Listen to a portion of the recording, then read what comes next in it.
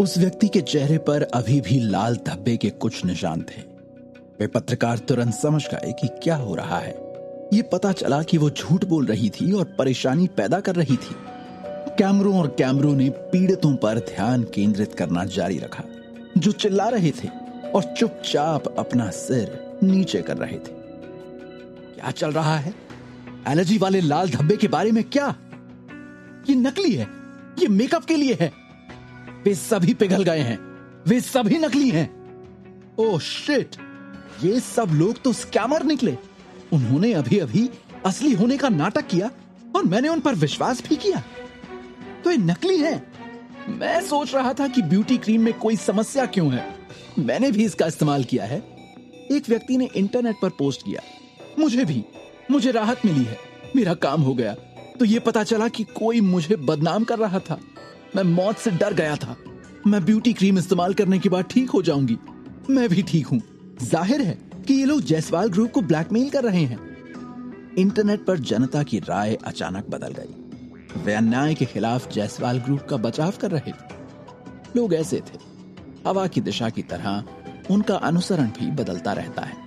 माया ने राहत की सांस ली और इंटरनेट पर रिपोर्ट पढ़ने के लिए अपना फोन उठाया। वे सभी जायसवाल ग्रुप के लिए फायदेमंद थे।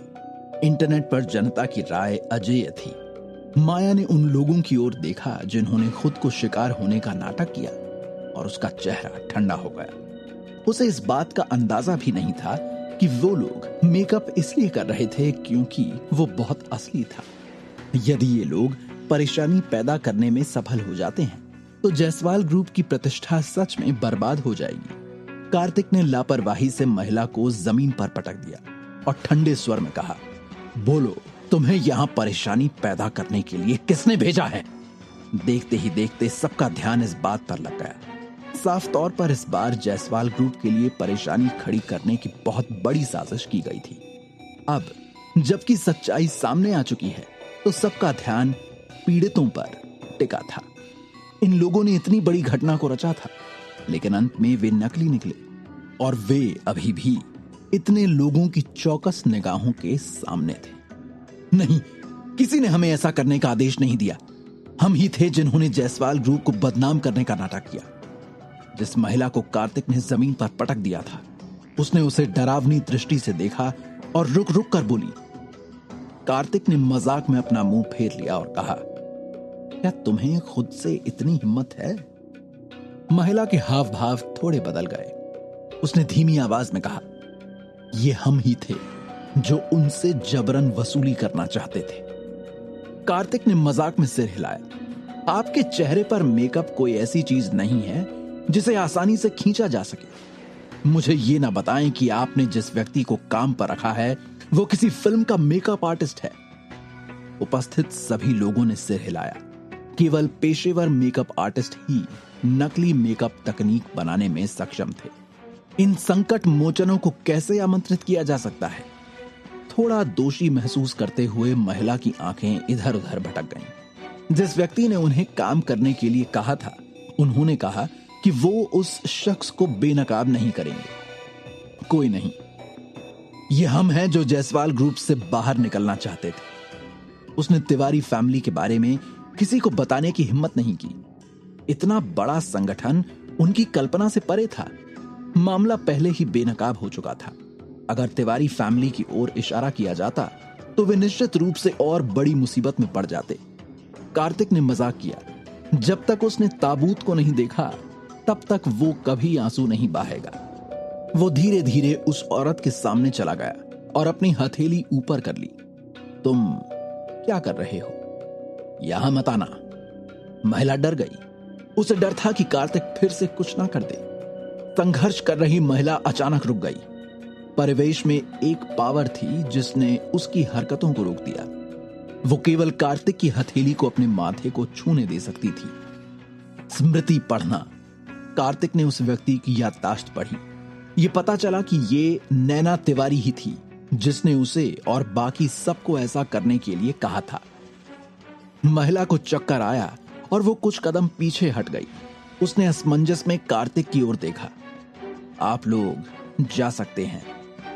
This is my Jaiswal group. हालांकि ये बड़ा नहीं है, लेकिन यहाँ उस तरह के लोग भी नहीं हैं जो हमें बदनाम करते हैं। क्योंकि आप सभी को छोड़ने के लिए मजबूर किया जाता है, इसलिए मैं आपको जाने दूंगा। उस ट्रबल मेकर ने खुशी के आंसू रोए और जायसवाल ग्रुप को अपने पैरों के बीच अपनी पूंछ के साथ छोड़ दिया। पत्रकारों ने कार्तिक को देखा, जो वहां मौजूद सभी को निर्देश दे रहा था। वे ये जानकर हैरान रह गए कि कार्तिक इस जगह के प्रभारी थे। क्या जायसवाल ग्रुप की जज माया नहीं होनी चाहिए? अचानक पत्रकारों का ध्यान फिर से हट गया। मिस्टर मेहरा, क्या आपके कार्य पूरे जायसवाल ग्रुप का प्रतिनिधित्व करते हैं? मिस्टर मेहरा, डायरेक्टर जायसवाल ने यहां आपके कार्यों का खंडन नहीं किया।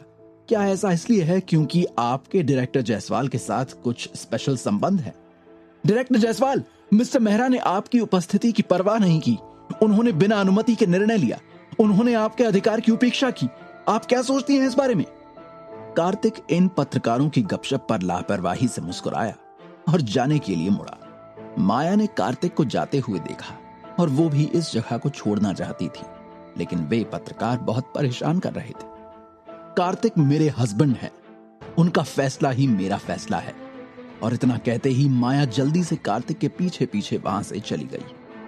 पत्रकारों में हड़कंप मच गया। एक नया विषय था, जैसे सुंदर डायरेक्टर, रहस्यमय पति और इसी तरह और भी जो अब उनके लिए हेडलाइंस थे। इंटरनेट पर किसी ने कार्तिक को पहचान लिया। वो पिछली बार हुए सीरियल कार हादसे के रहस्यमयी डॉक्टर थे। इसलिए इंटरनेट पर नेटिजन्स एक बार फिर से उबल गए। कुछ लोग जो स्थिति को नहीं जानते थे, उन्होंने भी खोजा और पाया कि कार्तिक की महान उपलब्धियां सभी को पसंद थीं।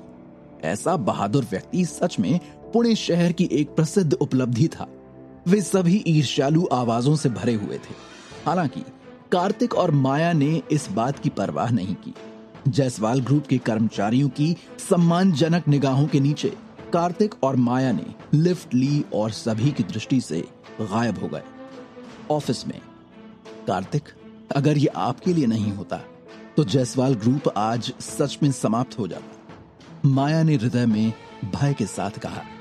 उन्होंने आखिरकार ये ट्रायल पास कर लिया था। कार्तिक बगल में सोफे पर बैठ गया और कहा, यह नैना तिवारी की चाल थी। उन सभी लोगों को नैना तिवारी ने परेशानी पैदा करने के लिए भेजा था। वो मुंबई सिटी के तिवारी फैमिली से है। माया ने मुंह फेर लिया। मुंबई सिटी के तिवारी फैमिली ने इंटरफेयर किया? कार्तिक ने सिर हिलाया।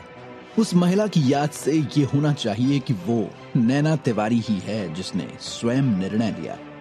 तिवारी फैमिली ने भाग नहीं लिया, नहीं तो जायसवाल ग्रुप को इतनी कम परेशानी क्यों होती?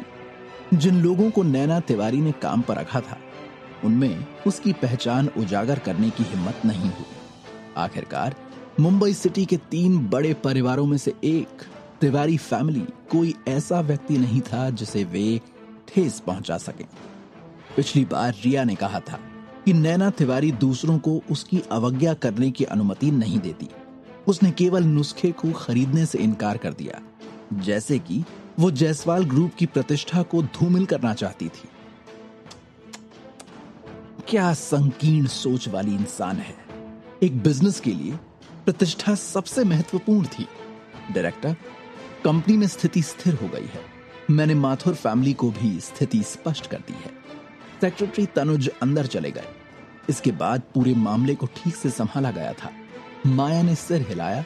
यह दर्शाता है कि सेक्रेटरी तनुज ने अच्छा काम किया है। माया ने अपनी खूबसूरत आंखों से कार्तिक की ओर देखा और कहा, तुम क्या करने की योजना बना रहे हो? क्योंकि ये नैना तिवारी थी जो आज हुए हंगामे का कारण थी। कार्तिक निश्चित रूप से स्थिर नहीं बैठेगा और मृत्यु की प्रतीक्षा नहीं करेगा। कार्तिक ने सोफे की ओर इशारा किया और धीरे से कहा, खरगोश की प्रतीक्षा करो। रात को जायसवाल ग्रुप की ब्यूटी क्रीम प्रोडक्शन वर्कशॉप का जायसवाल ग्रुप में अहम स्थान था। डरपोक लोगों का एक ग्रुप इस जगह में घुस गया। वे निगरानी कैमरों से बचते हुए तेजी से आगे बढ़े और जायसवाल ग्रुप की सबसे महत्वपूर्ण प्रोडक्शन वर्कशॉप में आ गए। यहां अनगिनत ब्यूटी क्रीम का भंडार भी था। यहां एक ब्यूटी क्रीम प्रोडक्शन लाइन थी। अगर यहां कुछ होता तो पूरे ब्यूटी क्रीम उत्पादन को भारी झटका लगता। इस जगह को नष्ट करो। जायसवाल ग्रुप की वर्कशॉप में सेंध लगाने वालों का मकसद साफ था। वे इस जगह को नष्ट करना चाहते थे। लाइटर जल उठा। वे लोग हाथों में लकड़ी के डंडे लिए हुए थे और उन्हें जला रहे थे। आग की किरणें जल उठी। वे तिवारी फैमिली के लोग थे जिन्होंने उत्पादन कार्यशाला को नष्ट कर दिया था। उसने मशाल बाहर फेंकी और उसे ब्यूटी क्रीम और कच्चे माल पर निशाना बनाया। जायसवाल ग्रुप का माल जल्द ही नष्ट होने वाला था। जायसवाल ग्रुप को भारी झटका लगेगा। जैसे उन लोगों को लगा कि मामला पूरा होने ही वाला है, अगले ही पल कुछ ऐसा हुआ जिसने उन्हें झकझोर कर रख दिया। जो टॉर्च उड़ रही थी वो अचानक बीच हवा में रुक गई। आग की लपटें सभी बुझ गईं। लकड़ी का डंडा बजने से जमीन पर गिर गया। क्या चल रहा है? लोगों के इस ग्रुप ने इस दृश्य को सदमे से देखा और महसूस किया कि कुछ ठीक नहीं है। जल्दी करो और यहां से चले जाओ। लोगों का ये ग्रुप उस जगह को छोड़ना चाहता था, लेकिन उन्हें हमेशा लगता था कि यहां कुछ गड़बड़ है। आज चल रहा है, मैं हिल क्यों नहीं सकता?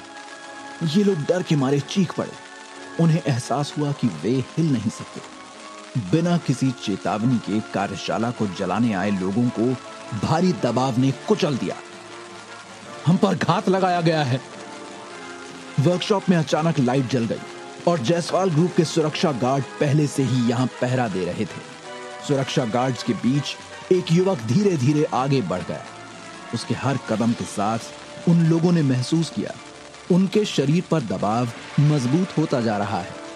उन्हें एक विशाल पहाड़ की तरह कुचल रहा है।